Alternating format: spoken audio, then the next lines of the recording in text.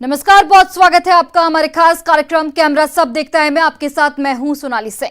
पीरपैंती गोड्डा मुख्य मार्ग पर एक अनोखी प्रदर्शन चर्चा का विषय बना हुआ है। मामला भागलपुर के पीरपैंती का है। यहां की एक सड़क पर बनाए बड़े तालाबनुमा गड्ढे में गिरकर हर रोज लोग चोटिल हो रहे हैं। जाम भी एक बड़ी समस्या है। इन सभी से आहत होकर एक शख्स ने अनोखा कदम उठा लिया। अपना विरोध जाहिर करते हुए उसने पितृपक्ष के मौके पर सड़क पर बने गड्ढे और उसके पानी को फल्गु नदी मानकर डुबकी लगाते हुए अपने सिर को मुंडवा दिया। इस युवक का वीडियो वायरल होने के बाद ये गड्ढा अब राजनीतिक का अड्डा बन गया है।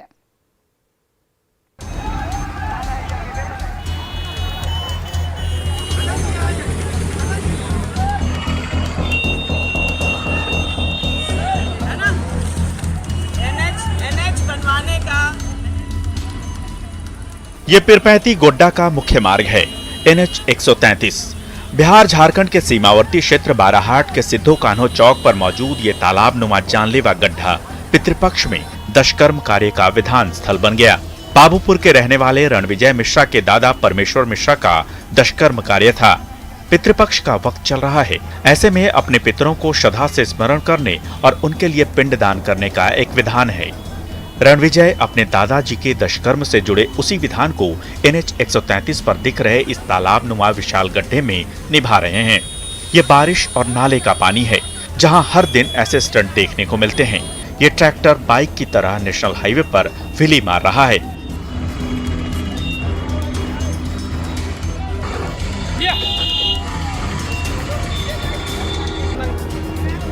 रोज इस विशाल सरोवर में ई-रिक्शा, ऑटो और बाइक सवार गिरते हैं। सांसद, विधायक और अधिकारी सबसे गुहार लगाई जा चुकी है, पर अपनी बड़ी गाड़ी में बैठकर हिचकोले खाते हुए यहाँ से गुजरने वाले ये तथाकथित रहनुमा शायद इस एडवेंचर का आनंद ले रहे हों। तभी तो लोगों की एक न सुनी गई। चाहिए खाली वोट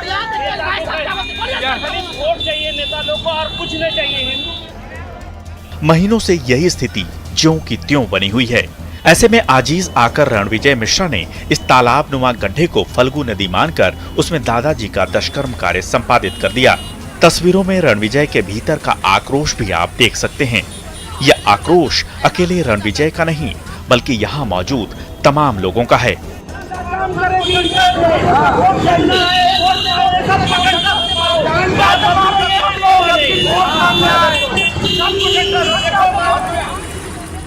महज 3 से 4 किलोमीटर का सफर तय करने में रोज अपना घंटों गंवाने वाले लोग, जान को जोखिम में डालकर इस विशाल गड्ढे से गुजरने वाले लोग, सरकार, जनप्रतिनिधियों और प्रशासन की उदासीनता का दंश झेलने वाले ये सब लोग जिन्हें आप कैमरे की नजर से देख रहे हैं, वो रणविजय मिश्रा के इस अनोखे विरोध प्रदर्शन के साथ खड़े हैं। ये सबकी पीड़ा है। मुख्य मार्ग पर मौजूद ये हैरान कर देने वाला जानलेवा गड्ढा लोगों के सब्र का बांध तोड़ रहा है। गड्ढे में बैठकर सिर मुंडवाने का आक्रोश तेजी से वायरल हो रहा है, लेकिन प्रशासन और सरकार मूक दर्शक बनी हुई है। पीरपैंती बाराहाट मुख्य सड़क की ये बदतर स्थिति तब है जब यहाँ से महज 1 किलोमीटर की दूरी पर पीरपैंती के विधायक का घर है। वहीं झारखंड के गोड्डा जिले के महगामा विधायक भी यहाँ से कुछ ही दूरी पर रहते हैं। इस युवक की तस्वीर वायरल होने के बाद अब वो भी इस गड्ढे में उतर आई हैं। इस गड्ढे को फल्गु नदी मानकर इसमें अपने पितरों का तर्पण करने के बाद महगामा की विधायक दीपिका पांडे सिंह इसमें गंगा के दर्शन कर रही हैं। नेशनल हाईवे का यह गड्ढा पॉलिटिक्स के लिए अपॉर्चुनिटी गड्ढा बन गया है।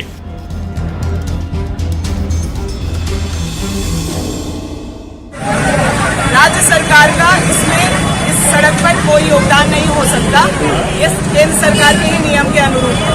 इसके बावजूद जब से हम विधायक बने हैं, यह सड़क बिहार में का भी कुछ हिस्सा इस सड़क पर आता है। हमारे क्षेत्र के लोग यहाँ आसपास रहते हैं और उनको लगातार परेशानी हो रही है, और हम लोग इस बात को बहुत मजबूती से उठाते रहे हैं। गड्ढे में गंगा दर्शन करने वाली विधायक ने जब विपक्ष को घेरा तो गोड्डा के सांसद ने ट्वीट के जरिए पलटवार कर दिया। वो कहते हैं कि महगामा की कांग्रेस विधायक मुख्यमंत्री हेमंत सोरेन जी के खिलाफ धरने पर बैठी हैं। नेशनल हाईवे स्टेट पथ निर्माण विभाग इसका रखरखाव करता है। इसके रखरखाव के लिए 75 करोड़ की रकम 6 महीने पहले केंद्र सरकार ने दी है। बार पलटवार का दौर चलने लगा है। आरोप के जवाब में तथ्य रखे जा रहे हैं। गड्ढा राजनीति का अड्डा तो बन गया है, पर समस्या के निवारण की कोई ठोस सूरत बनती नहीं दिख रही। तालाब नुमा इस गड्ढे में राजनीति तो रफ्तार पकड़ने लगी है, पर जनता की गाड़ी इस हाईवे पर बिना हिचकोले खाए कब फर्राटा भरेगी, ये तो ईश्वर ही जाने या सरकार। न्यूज़ 18 के लिए भागलपुर से आशीष रंजन के साथ गोड्डा से गौरव झा की रिपोर्ट।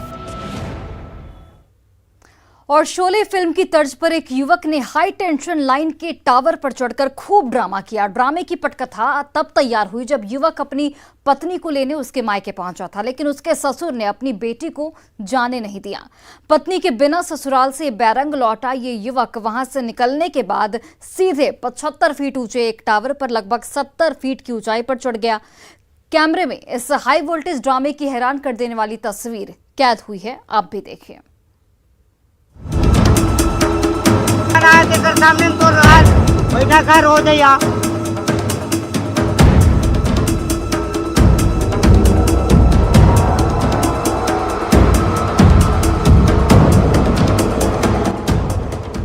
गांव के बड़े बुजुर्ग कहते हैं कि हल और बैल और पति और पत्नी के बीच से नहीं गुजरना चाहिए।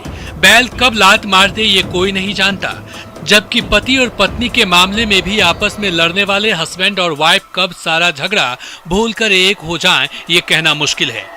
पर टावर चढ़े एक शख्स के आपसी झगड़े में ना चाहते हुए भी स्थानीय लोगों और पुलिस को दखल देना पड़ा।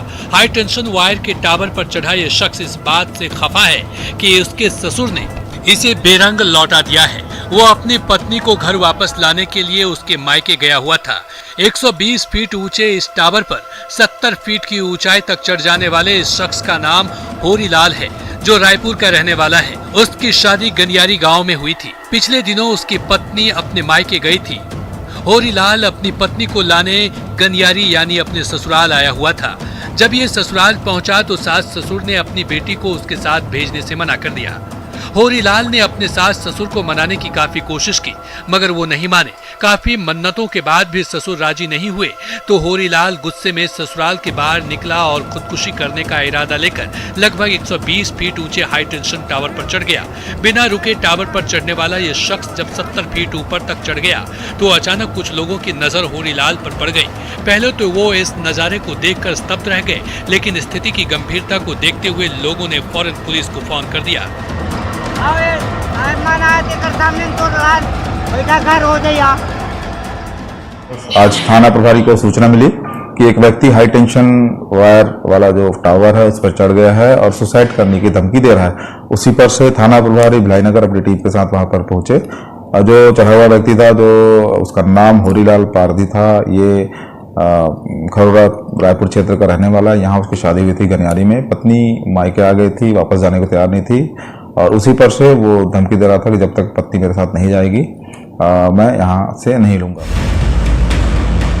सूचना मिलते ही पुलिस फौरन मौके पर पहुंची, जिसके बाद उन्होंने घंटों होरीलाल को समझाने की कोशिश की, लेकिन वो नहीं माना।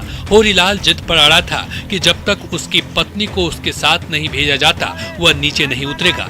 इसके साथ ही वो ये बात भी दोहरा रहा था कि अगर उसकी पत्नी को नहीं भेजा गया तो वो जान भी दे देगा।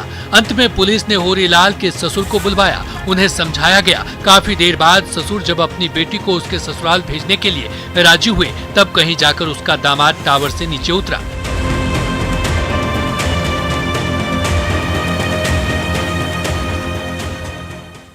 थाना प्रभारी ओल्ड भिलाई ने काउंसलिंग किया दोनों पक्षों का और बड़े ही कुशलता से उस व्यक्ति को बचा लिया। पत्नी अब उसके साथ जाने को तैयार हो गई, उनके घर वाले भी तैयार हो गए हैं। अभी बयान मुलाजा आदि कराकर वापस इनको किया जा रहा है।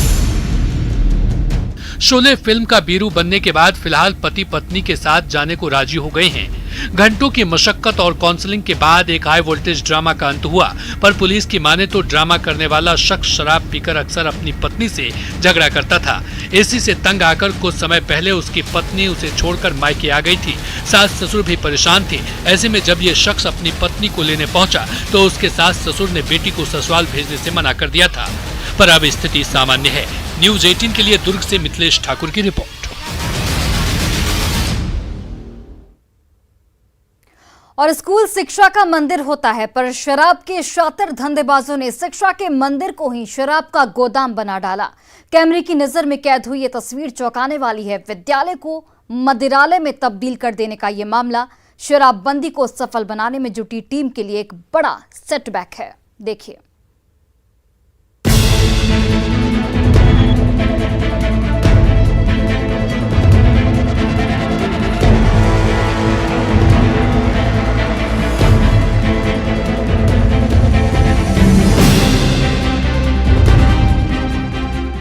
ये वैशाली के लालगंज थाना क्षेत्र का संसारो रामरती उच्च विद्यालय है। बाहर से देखने पर यह स्कूल आम सरकारी स्कूल की तरह ही दिखता है, पर जो दिखता है वही हकीकत हो ये जरूरी नहीं है।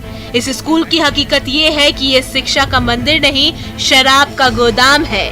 देखिए इस स्कूल से शराब की पेटियां कैसे पिकअप गाड़ी में लादी जा रही हैं। हैरान कर देने वाली इस तस्वीर को देखकर ऐसा लगता है कि किसी गोदाम से शराब की खेप उठाई जा रही है। शराब के धंधेबाजों ने पुलिस और उत्पाद विभाग की आंख में धूल झोंकने के लिए स्कूल को अवैध शराब का पनाहगाह बना दिया।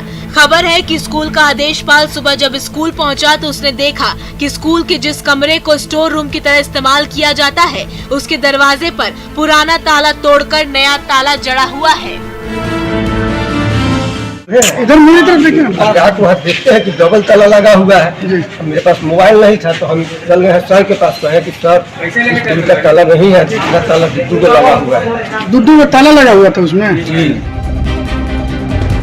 दरवाजे पर 2 नया ताला देखकर आदेशपाल ने स्कूल के हेडमास्टर को इसकी सूचना दी और इसके बाद जब ताला तोड़ा गया तो सबके होश फाख्ता हो गए। हमारा आदेशपाल हमको खबर किया कि सर पुरवारी रूम का ताला कटा हुआ है और नया 2 ताला उसमें लगा हुआ है, जबकि मेरा ताला का रंग सर ब्लैक है, देख लिया जाए उसको।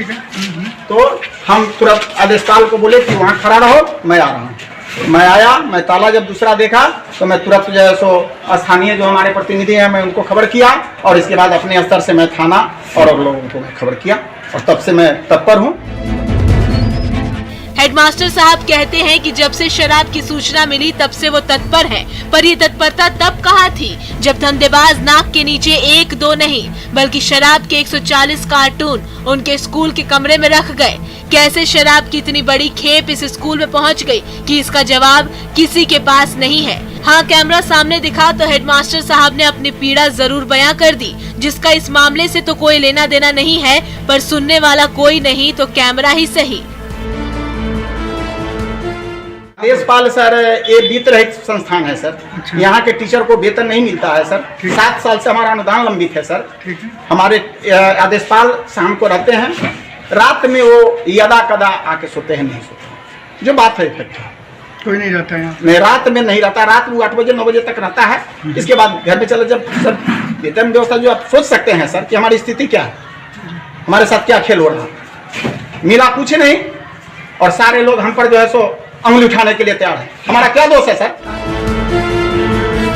हेडमास्टर साहब कह रहे हैं कि मिला कुछ नहीं पर सारे लोग उंगली उठा रहे हैं। उनकी पीड़ा समझी जा सकती है। वैशाली का ये सरकारी स्कूल घोर उपेक्षा का शिकार लगता है, तभी तो शराब के धंधेबाजों ने इसे रातों रात गोदाम बना दिया और किसी को इसकी भनक तक नहीं लगी। पुलिस ने शराब की खेप को जब्त कर आगे की कार्रवाई शुरू कर दी है, पर शिक्षा के मंदिर को दूषित करने वाले धंधेबाज कब दबोचे जाएंगे ये लाख टके का सवाल है। न्यूज़ 18 के लिए हाजीपुर से प्रफुल्ल कुमार की रिपोर्ट। महज 3 घंटे में 110 किलोमीटर की रफ्तार पकड़ने वाला चीता धरती का सबसे बड़ा शिकारी कहा जाता है, लेकिन इस शिकारी पर भी शिकार होने का खतरा हमेशा मंडराता रहता है। कुनो नेशनल पार्क में लाए गए चीतों के लिए खतरे की एक ऐसी ही संभावना दिखाई देने लगी है। भारत की धरती पर आए नए मेहमानों को आखिर ये खतरा किससे है, इस रिपोर्ट को देखिए।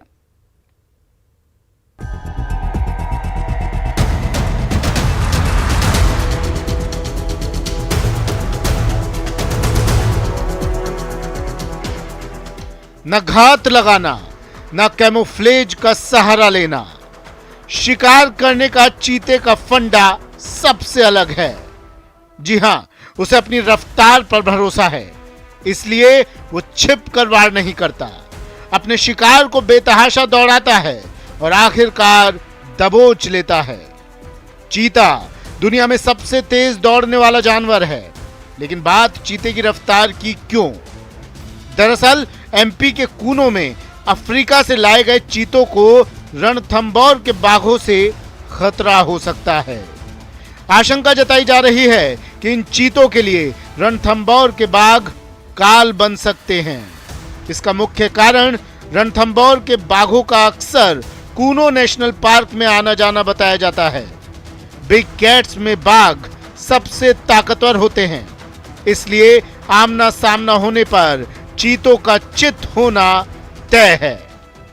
अक्सर देखा गया है रणथंभौर और सरिस्का के जो टाइगर है वो काफी आक्रामक है, जो कि एक लेपर्ड जो कि पेड़ पर चढ़ने में बड़ा एक्सपर्ट जानवर होता है, तो उसको भी अपना शिकार बना लेता है। तो चीता कहां टाइगर से सुरक्षित होगा? चीता बहुत फुर्तीला तो है, लेकिन जंगल में उसके दुश्मन भरे पड़े हैं। शेर, तेंदुए, लकड़बग्घे उसकी फिराक में होते हैं और मौका पाते ही मार डालते हैं। बात इसलिए भी क्योंकि चीतों को कूनो नेशनल पार्क में बांधकर नहीं रखा जा सकता। अगर वे रास्ता भटककर कहीं दूर निकल गए तो मुश्किल हो सकती है। चीता कमजोर और वजन में हल्के जानवरों को ही अपना शिकार बनाता है, जबकि शेर, बाघ और तेंदुए जैसे जानवर घात लगाकर शिकार करते हैं और बड़े बड़ों को पछाड़ सकते हैं। वन्यजीव प्रेमियों ने यह आशंका जताई है कि इन हालात के अंदर चीतों को सुरक्षित रखने के लिए रणथंभौर से कूनो तक मूवमेंट करने वाले बाघों को वापस लाया जाना चाहिए और चीतों की सुरक्षा को भी और पुख्ता किया जाना चाहिए। कैमरा पर्सन शेर सिंह के साथ में अरबाज अहमद, न्यूज़ 18 के लिए जयपुर से। और करीब 70 साल बाद देश में चीतों की वापसी हुई तो देश में चीतों से जुड़ी कई यादें ताज़ा हो गई। कैमरे की नज़र में कैद हुई इतिहास की वो दुर्लभ तस्वीरें भी अब सामने आ चुकी हैं, जब चीतों को प्रशिक्षित करके उन्हें अपने साथ रखने का दौर चलन में था। ये वो दौर था जब चीतों को ट्रेंड करने और उनसे शिकार करवाने के मामले में देश के चीतेदारों के हुनर का डंका लंदन तक बजता था। देखिए।